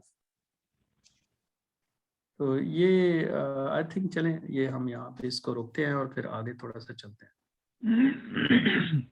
It's about to finish now. तो मैं ये समझा हूँ think- कि गेम ऑफ लाइफ के रूल्स की बुनियाद के ऊपर गेम ऑफ लाइफ को उन्होंने रिप्रोड्यूस किया है, राइट? यस, ये भी है। और दूसरा ये है कि उन्होंने एक कंप्यूटर बिल्ड किया है by using the game of life. Okay, so जो प्रोग्रामिंग वो अब द गेम ऑफ लाइफ से हुई है। डिफरेंट जो लॉजिक गेट्स बनाए हैं उन्होंने, वो जो हमारे पास ग्लाइडर्स हैं उनको यूज करके डिफरेंट लॉजिक गेट्स बनाए हैं, और एंड और दूसरा एक्स और गेट्स है। ठीक है, वो जो मैंने आपको पेज बताया था उसमें उसकी डिटेल है। और उसके बाद उन्होंने क्वेश्चन ये रेज किया कि अगर हम ये कंप्यूटर बना लें तो क्या इस कंप्यूटर के ऊपर हम गेम ऑफ लाइफ को सिमुलेट कर सकते हैं गेम ऑफ लाइफ की मदद से। तो ये भी उन्होंने करके दिखाया। क्योंकि वीडियो के आखिर पे मैंने ये देखा कि आपके पास वही एक गेम ऑफ लाइफ नजर आ रही है। एग्जैक्टली, बेसिकली अगर आप उसको रिड्यूस कर रहे हैं, जूम इन कर रहे हैं, तो आप अल्टीमेटली गेम ऑफ, यानी जिन बिट्स पे पहुंचेंगे वो अगेन गेम ऑफ लाइफ के बिट्स होंगे। you're right, exactly. चलिए मैं दोबारा से ये अपनी वापस जाता हूँ स्क्रीन शेयर पे। और मेरा क्वेश्चन एक है यहाँ पर, क्या ये एक तरह का सेल्फ रेप्लिकेशन प्रोसेस है? मतलब कि जो पिछले पेरेंट्स हैं, मतलब वो डिस्ट्रॉय हो जाते हैं और एक नए जो नया डॉटर एलिमेंट है वो दोबारा से जनरेट हो रहा है, तो क्या ये इस तरह का एक सेल्फ रेप्लिकेशन है? यस, इस तरह की self replication, you are right. और समटाइम सेल्स रिप्रोड्यूस होते हैं और सेम सेल वापस भी आ जाते हैं। यहाँ एक इंटरेस्टिंग क्वेश्चन ये हो सकता है कि क्या ये जो सिमुलेशन है ये टाइम रिवर्सिबल है या नहीं, या इसको हम इन्वर्ट कर सकते हैं या नहीं, इन्वर्टेबल है या नहीं। ठीक है, तो इसका जवाब ये है कि ये जो गेम ऑफ लाइफ है ये टाइम रिवर्सिबल नहीं है। ठीक है, मैं इस सेंस में नहीं बात कर रहा कि जिस सेंस में आप मूवी चला रहे हैं और उसको रिवर्स में चलाएंगे तो पिछले पैटर्न्स आ जाएंगे। मैथमेटिकली इसका मतलब ये है कि कुछ कॉन्फ़िगरेशंस जो एक दफा आ गई आपके पास, कुछ पैटर्न्स स्टार्ट में इनिशियल कॉन्फ़िगरेशंस की फॉर्म में, वो जरूरी नहीं है कि फ्यूचर में ना वो कॉन्फ़िगरेशंस दोबारा आए। ठीक है, सो इस तरह की चीज़ों को मैथमेटिशियंस, या हम एक टेक्निकल वर्ड यूज करते हैं, टेक्निकल तो नहीं है लेकिन एक वर्ड है जिसे कहते हैं गार्डन ऑफ ईडन कॉन्फ़िगरेशन, कि एक कॉन्फ़िगरेशन थी जो एक दफा अपीयर हुई है बोर्ड के ऊपर फ्लैट यूनिवर्स में, लेट्स सपोज, लेकिन जैसे ही एवोल्यूशन हुआ है वो जो कॉन्फ़िगरेशन है फ्यूचर में कभी नहीं आई और it disappear forever, just like the garden of Eden, कि वो एक पैराडाइज थी जो एक दफा आई, उसके बाद फ्यूचर में हमारे पास नहीं है। और इस तरह की कॉन्फ़िगरेशंस अगर हमें किसी भी सेलुलर ऑटोमेटन में मिल जाएं तो हम ये कहते हैं कि वो सेलुलर ऑटोमेटन जो है ना वो इन्वर्टेबल नहीं है, उसको हम रिवर्स नहीं कर सकते। तो ये भी एक इंटरेस्टिंग पॉइंट है गेम ऑफ लाइफ के हवाले से। नकीब, इसको हम यूं भी कह सकते हैं कि आपकी जो, क्योंकि आप ये कह रहे हैं कि एक कॉन्फ़िगरेशन से आपने इवॉल्व किया और एक नई कॉन्फ़िगरेशन आ गई, अब ये जो नई कॉन्फ़िगरेशन है ये फिर इवॉल्व करेगी और आपके पास एक और नई कॉन्फ़िगरेशन आएगी। एग्जैक्टली, तो इस तरह अगर आप इसको इर्रिवर्सिबल कहते हैं कि ये नहीं है, सॉरी इर्रिवर्सिबल है, रिवर्सिबल नहीं है, तो हम ये कह सकते हैं कि हर कॉन्फ़िगरेशन यूनिक है या फिलोसॉफिकली ए प्रायोरी है? किस तरह से इसको डिस्क्राइब करेंगे? नहीं, हर कॉन्फ़िगरेशन, आई मीन कुछ कॉन्फ़िगरेशंस यूनिक होंगी, कुछ कॉन्फ़िगरेशन वापस आ सकते हैं। जैसे कि मैंने ग्लाइडर की बात की थी कि ग्लाइडर एक, फॉर एग्जांपल, पूरे प्लेन के अंदर सिर्फ ग्लाइडर ही आपको नजर आ रहा है और कुछ भी नहीं है। ठीक है, तो या ग्लाइडर गन के साथ ग्लाइडर आ रहा है, सो ये कॉन्फ़िगरेशंस रिपीट होंगी। लेकिन कुछ कॉन्फ़िगरेशंस ऐसी आएंगी जो एक दफा आ गई आपके पास एवोल्यूशन प्रोसेस के होते हुए, लेकिन वो फ्यूचर में फिर दोबारा अपीयर नहीं होगी।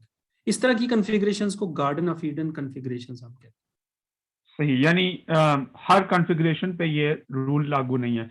तो क्या ऐसा मुमकिन हो सका है कि आप कोई ऐसा तरीका निकाल लें जिससे आप ये वाली जो गार्डन ऑफ ईडन वाली कॉन्फ़िगरेशंस हैं उनको डिटरमिन कर सकें, या ये रैंडम है? वेरी गुड क्वेश्चन और वेरी डिफिकल्ट। कुछ ये भी रैंडम है, ये इटसेल्फ रैंडम है और ये अनडिसाइडेबल है। कुछ कॉन्फ़िगरेशंस हमें पता चल जाएंगी और जो गेम ऑफ लाइफ के अंदर जो कंस्ट्रक्शंस की है ना गार्डन ऑफ ईडन कॉन्फ़िगरेशंस की, वो स्मॉल लेवल के नहीं है, वो काफी बड़े लेवल का आपको बॉक्स बनाना पड़ेगा जिसमें कॉन्फ़िगरेशन आएगी। ठीक है, वो जो एक बुक है सेलुलर ऑटोमेटा एंड ग्रुप्स के अंदर, उन्होंने वहां पे कंस्ट्रक्शन बताई हुई है कि वो थ्योरेटिकल कंस्ट्रक्शन कैसे होगी और कितना बड़ा बॉक्स होगा। उस बॉक्स को हम पेज पे शो नहीं कर सकते या इवन कंप्यूटर स्क्रीन पे शो नहीं कर सकते, लेकिन मैथमेटिकली उन्होंने कंस्ट्रक्ट किया है कि ये गेम बन रही है, ये कॉन्फ़िगरेशन बनेगी जो एक दफा आ गई, फ्यूचर में दोबारा से इवॉल्व होकर ये कॉन्फ़िगरेशन नहीं आएगी। तो ये इटसेल्फ एक डिफिकल्ट क्वेश्चन है, लेकिन मैथमेटिकल पॉइंट ऑफ व्यू से अगर हमें एक भी मिल जाए ना तो फिर हमारे लिए काफी होता है कि हमें एक पर्टिकुलर केस मिल गया कि यस, ये जो मैपिंग है ना, ये जो सेलुलर ऑटोमेटन है, ये सब्जेक्टिव नहीं होगा, जैसे हम कहते हैं सब्जेक्टिव नहीं होगा या इन्वर्टेबल। जी, मैथ की ये तो फिर हॉबी है ना सर के अगर एक भी एक्सेप्शन आ जाए तो वो स्टैटिस्टिकली उसको इग्नोर नहीं करते हाँ, इग्नोर नहीं करते और हम उसकी पूरी सतह के ऊपर यानी वो चीज होती है। Exactly right. सो चले अब हम कुछ फिजिक्स के अंदर इसकी इम्प्लीकेशंस देखते हैं और या थोड़ा सा डिस्कस करते हैं, या मैं कुछ रेफरेंसेस आपको दे देता हूँ। मुझे इतना मेरा डेप्थ नॉलेज नहीं है फिजिक्स का, जस्ट सती नॉलेज है और इंटरेस्टिंग लगता है मुझे जब हम क्वांटम फिजिक्स की बातें करते हैं और वहाँ पे हमारा मैथमेटिक्स से ये आइडियाज वहाँ कैसे इम्प्लीमेंट होते हैं या आप लोग करते हैं, तो ये ऑलवेज मेरे लिए फैसिनेटिंग होता है। तो फॉर एग्जांपल फिजिक्स के कुछ लोग हैं, उन्होंने इसका जो क्वांटम वर्जन है वो बनाने की कोशिश की है और एक इसको मॉडिफाई किया थी, semi quantum game of life. अच्छा, इसके अंदर उन्होंने क्या किया है, जैसे क्वांटम मैकेनिक्स में यह है कि हमारे पास जो स्टेट्स हैं कि जी कोई सेल जो है वो अलाइव भी हो सकता है, डेड भी हो सकता है और सुपरपोजिशन भी इनकी हो सकती है। इसको यूज करके, इस आइडिया को यूज करके उन्होंने कुछ इसी गेम को मॉडिफाई किया और semi quantum game of life या quantum game of life define करने की कोशिश की है और फिर उसका एवोल्यूशन देखा है, उसका एवोल्यूशन क्या होगा और उसकी सिमुलेशन कैसे होगी। ठीक है, और इसमें इस पेपर में अगर आप इसको स्टडी करें, ये इतना पुराना पेपर नहीं है, 2019 का है और फिजिक्स के कुछ लोग हैं जो यूके के अंदर, उन्होंने इसको स्टडी किया है और इसके अंदर जो एवोल्यूशन आता है और जब शेप सामने आती हैं वो फ्रैक्टल लाइक मैनर्स वे में ना एवोल्यूशन होता है। फ्रैक्टल्स के बारे में हमें आइडिया है कि फ्रैक्टल्स कैसे इवॉल्व होते हैं, ये किस तरह की बात होती है। ठीक है, सो अगर हम इसी गेम को सिमुलेट करें, मॉडल करें बाय यूजिंग क्वांटम मैकेनिक्स और by the ideas of quantum mechanics के जी सेल जो है वो सुपरपोजिशन होगा बोथ डेड एंड अलाइव, और तो उस केस में क्या ऑप्शंस होंगी, उसमें फिर कुछ मैथमेटिक्स की आइडियाज हैं कि उसके अंदर सिमुलेशंस अगर आपने करनी है तो फिर आपने किस तरह के गेट्स बनाने हैं और इसको कैसे रन करना है, तो ये भी कुछ राइट साइड पे आपको ये चीज़ें भी नज़र आ जाएंगे। ठीक है, सो ये मैं जस्ट एज ए रेफरेंस दे रहा हूँ ताकि अगर आप में से कोई इंटरेस्टेड है तो इसको फॉलो कर सकता है। अच्छा, अब ये है फिलॉसफी। कुछ फिलॉसफी हमने ऑलरेडी डिस्कस कर ली, लेकिन ये है कि हमें कुछ और फिलॉसफी डिस्कस करनी है फ्री विल के हवाले से। अब क्वेश्चन यही है कि फ्री विल एक इंटरेस्टिंग टॉपिक है फिलॉसफी के अंदर कि क्या हमारे पास फ्री विल है या नहीं, और इस पे अभी तक ये क्वेश्चन अभी तक अनडिसाइडेबल है। कुछ लोग हैं वो कहते हैं फ्री विल है और कुछ कहते हैं नहीं है। अगर फ्री विल नहीं है तो इसका मतलब पहले से हर चीज प्री डिटरमिन्ड है, तो उन लोगों को हम डिटर्मिनिस्ट भी कहते हैं। और फिजिक्स के बहुत सारे लोग वेल नोन हैं डिटर्मिनिस्ट, जैसे न्यूटन क्वाइट डिटर्मिनिस्टिक था, ये डिटर्मिनिस्ट था, और आइंस्टाइन भी शायद इसी तरह का था। लेकिन हाइजेनबर्ग जो है वो स्कूल ऑफ थॉट से नहीं था, वो शायद वो कहता था कि नहीं, चीज़ें प्रोबेबिलिस्टिक होती हैं और अनसर्टेनिटी है फंडामेंटल लेवल पे, तो हम चीज़ों को प्रिडिक्ट नहीं कर सकते। तो इस हवाले से ये चीज़ें हैं। तो एक इंटरेस्टिंग डॉक्यूमेंट्री है स्टीफन हॉकिंग की, ग्रैंड डिज़ाइन के नाम से, डिस्कवरी चैनल पे। तो उसमें उन्होंने इस गेम ऑफ लाइफ को डिस्कस किया है। अगर आप इसको उसका पोर्शन वो वाला भी देख सकते हैं। उसके 3 पार्ट्स से आई थिंक सेकंड पार्ट में इसको डिस्कस किया गया है। और कुछ इस जो नरेटर है उस एपिसोड का वो ये इस तरह कहता है कि it's possible to imagine that something like the game of life with only a few basic laws might produce highly complex features, perhaps even intelligence. It might take a grid with many billions of squares, but that's not surprising. We have many hundreds of billions of cells in our brain. तो क्या हमारा जो brain है जहाँ से हम कहते हैं हमारी फ्री विल है, तो क्या उसको भी मॉडल किया जा सकता है या उसको उसके डिसीजंस को प्री डिटरमाइन किया जा सकता है या नहीं? न्यूरो साइंस के लोग तो इस पे उन्होंने बहुत सारे एक्सपेरिमेंट्स किए हैं और वो ये कहते हैं कि we don't have free will is just an illusion. हम जो भी कॉन्शियसली जो भी काम करते हैं वो डिटरमाइंड होता है सबकॉन्शियस लेवल पे, और उस सबकॉन्शियस लेवल को हम पहले से मेजर कर सकते हैं। तो ये एक इंटरेस्टिंग डिबेट है और इंटरेस्टिंग एक्सपेरिमेंट्स हैं जो डिफरेंट न्यूरो साइंस के लोगों ने किए हुए हैं। तो यहाँ पे स्टीफन हॉकिंग कहता है कि our bodies are the hardware, our minds are the software, just like the software that allows me to speak these words. हमें पता है स्टीफन हॉकिंग जो है वो एक सॉफ्टवेयर के जरिए हमसे बात करता था, but this does pose a problem, the problem of free will. फिर वो अपने बारे में कहता है कि looking back I certainly made the choice to be a physicist and I certainly feel like I have free will, because free will is what we call the complex physics that happens when we decide. So ये एक interesting documentary है जो हमें देखनी चाहिए और physics के लोगों के लिए भी इंटरेस्टिंग है, मेरे लिए भी इंटरेस्टिंग है। Okay, so then similarly there are other people, मैंने नाम दिया था स्टीफन वोल्फ्रेम का, और वो ये कहता है कि उसने अपनी एक बुक लिखी, बहुत मोटी सी बुक है ये, सेलुलर ऑटोमेटन के हवाले से, और उसमें वो इसको a new kind of science का नाम देता है। और वो ये सजेस्ट करता है, he argues that cellular automata can solve many scientific and philosophical puzzles including free will. He notes that many cellular automata, including the game of life, display the property of computational irreducibility. This implies that we cannot predict in advance the fate of an arbitrary pattern in the game of life. This unpredictability is compatible with free will.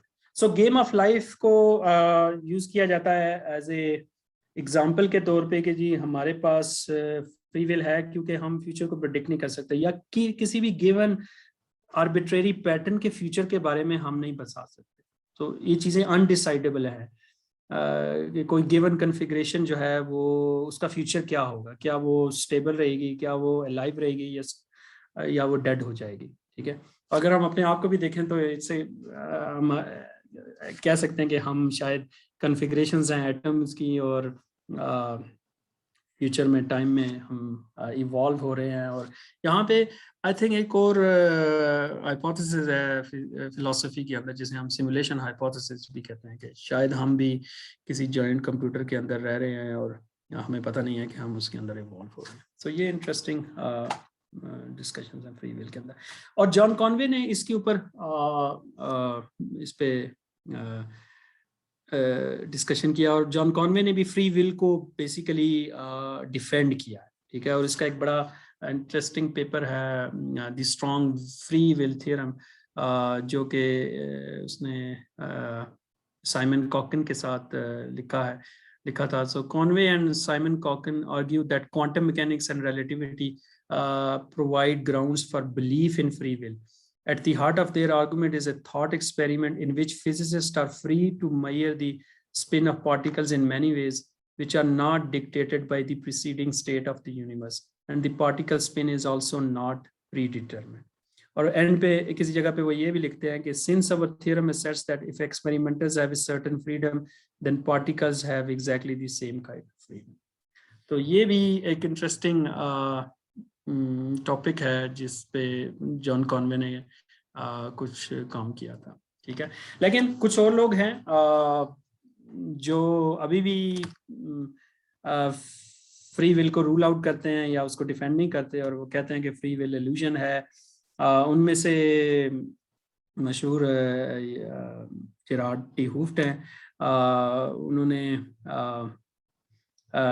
उन्होंने भी इस पे काम किया, the cellular automated interpretation of quantum mechanics के हवाले से, और उसमें उन्होंने ही rules out the possibility of free will, और उन्होंने आर्ग्यू किया है कि some annoying feature of quantum mechanics can be eliminated by reconfiguring the theory as a cellular automaton.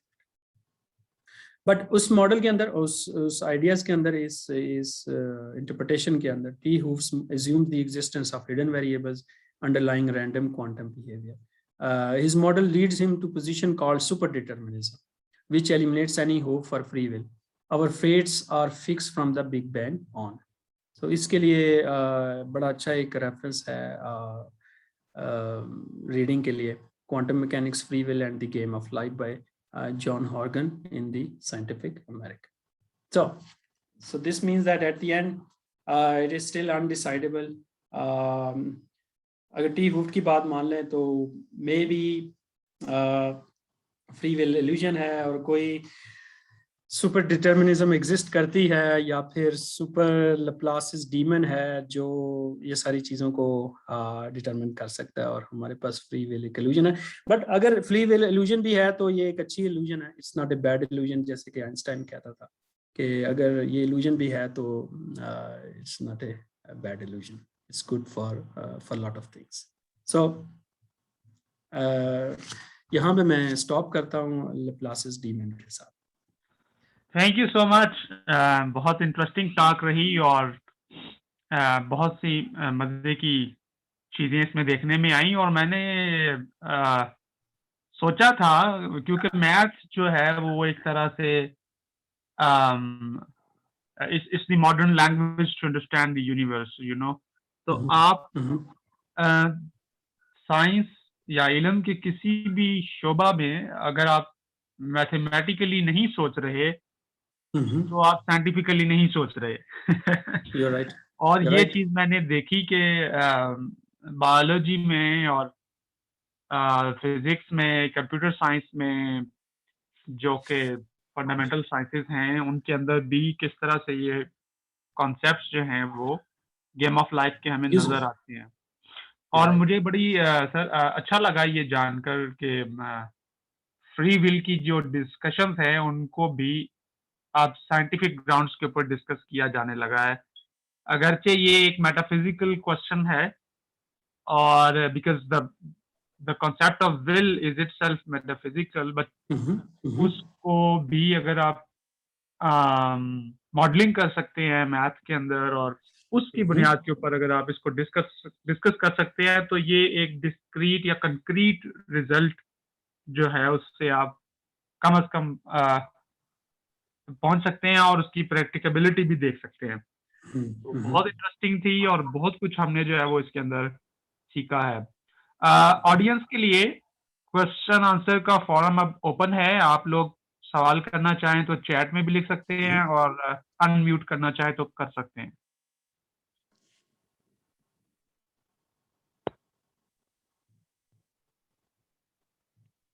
So let's see, कोई क्वेश्चन अगर करना चाहे तो।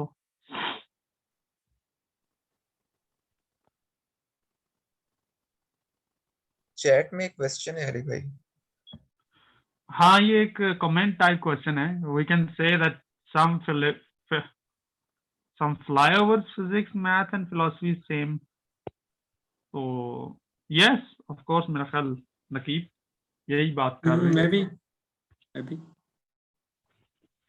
So फ्री विल के अंदर जो एक्सपेरिमेंट्स हैं न्यूरो साइंटिस्ट के, वो काफी इंटरेस्टिंग है।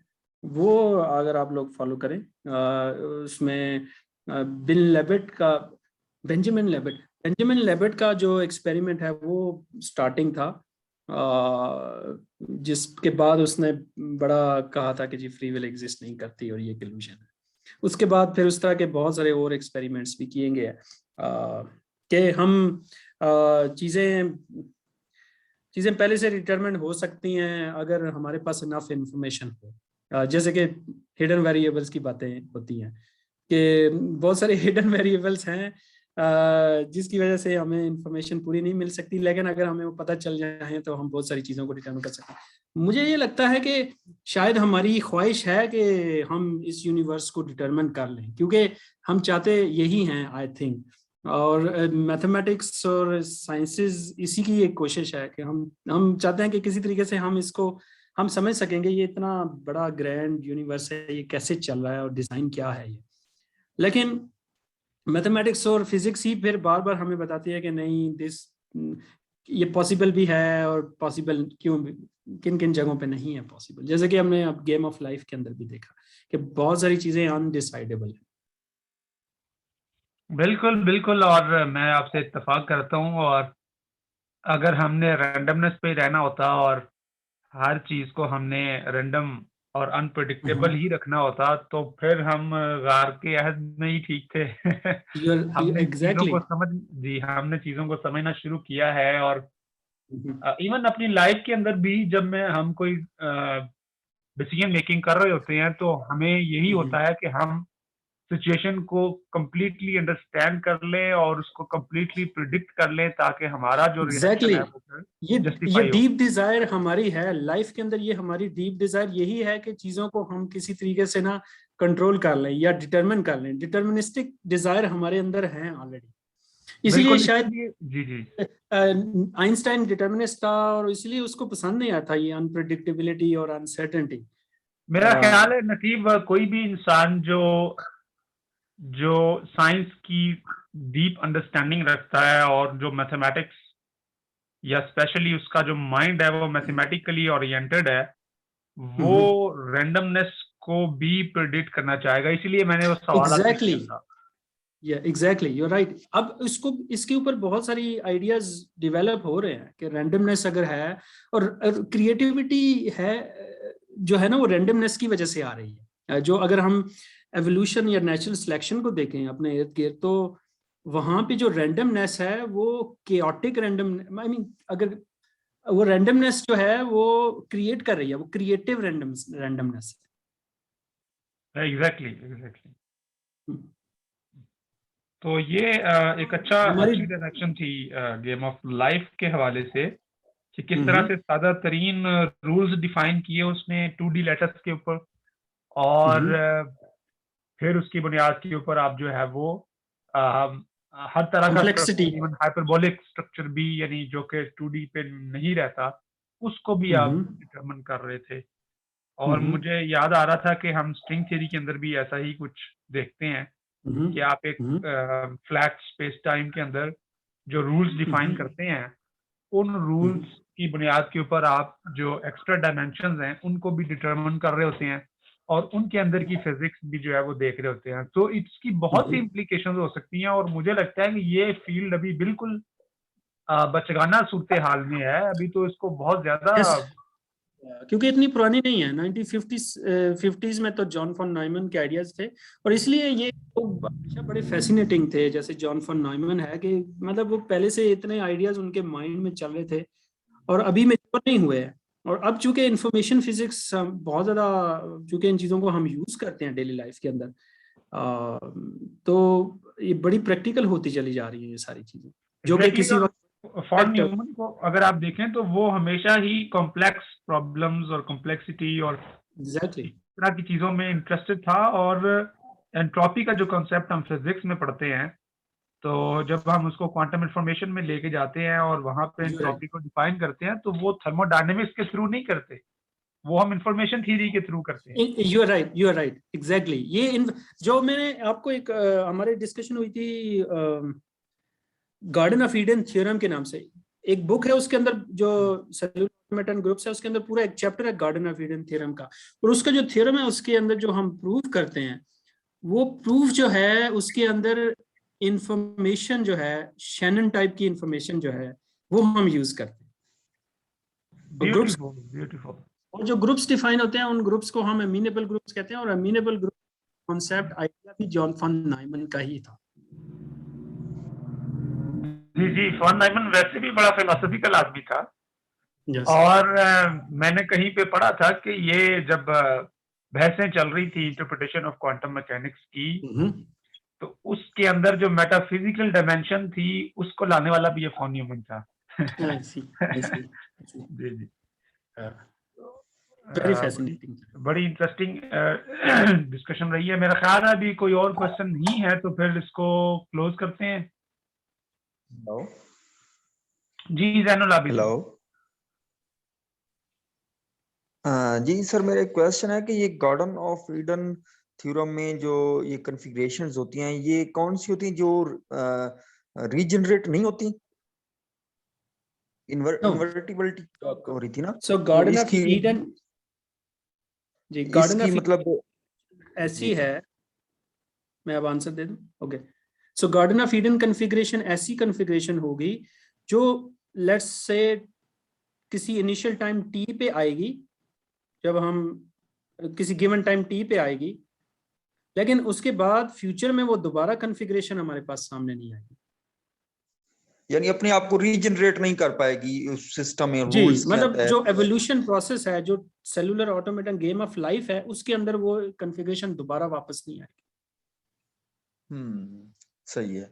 तो इसका ताल्लुक आप गार्डन ऑफ ईडन से, एक दफा आपसे सुना था कि वो हजरत आदम से आप थोड़ा सा इसको रिलेट करते थे, इसका आई डोंट नो, ये वो नाम बेसिकली गार्डन ऑफ ईडन जो है वो बेसिकली बिब्लिकल टर्म है ये, और ये इसी वजह से वहां से आई है, ये टर्म वहां से ली गई है कि बेसिकली कोई एक पैराडाइज है जो जो पैराडाइज है, जिसमें कभी हम थे, एग्जिस्ट करते थे ह्यूमंस, और अब हम अर्थ पे आ गए हैं, तो अब वो कॉन्फ़िगरेशन हमारे पास इधर नहीं है, तो इसलिए ये टर्म यूज की गई है, गार्डन ऑफ ईडन टर्म।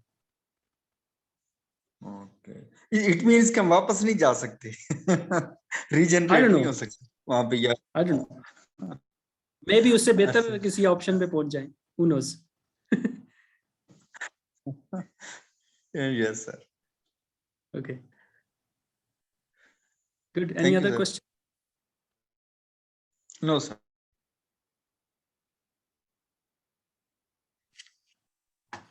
नकीम, मेरा ख्याल है कि और कोई क्वेश्चन नहीं है, तो ओके, हम इस रिकॉर्डिंग को यूट्यूब के चैनल पे भी अपलोड कर देंगे और अपने ग्रुप के अंदर भी, जो फेसबुक का ग्रुप ओके, है फिजिक्स एंड फिलोसफी का, और अगर वहाँ पर मजीद कुछ लोग डिस्कशन चाहते होंगे तो मेरा ख्याल है कि उसके लिए भी मौका उन्हें मिल जाएगा।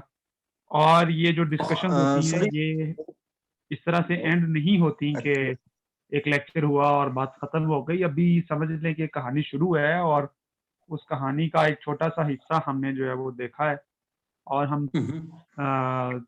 हम ख्वाहिश करेंगे कि हमारे मुल्क के और भी लोग, स्पेशली जो मैथमेटिक्स में और कंप्यूटर साइंस में काम कर रहे हैं, वो इस डायरेक्शन के अंदर लाजमी जाएं, और शायद इससे हमें बहुत सी और डायमेंशंस यूनिवर्स की जो हैं उनको समझने की मदद मिलेगी। So thank you so much sir, thank you once again. Thank you for you all, take care sir. Take care, bye.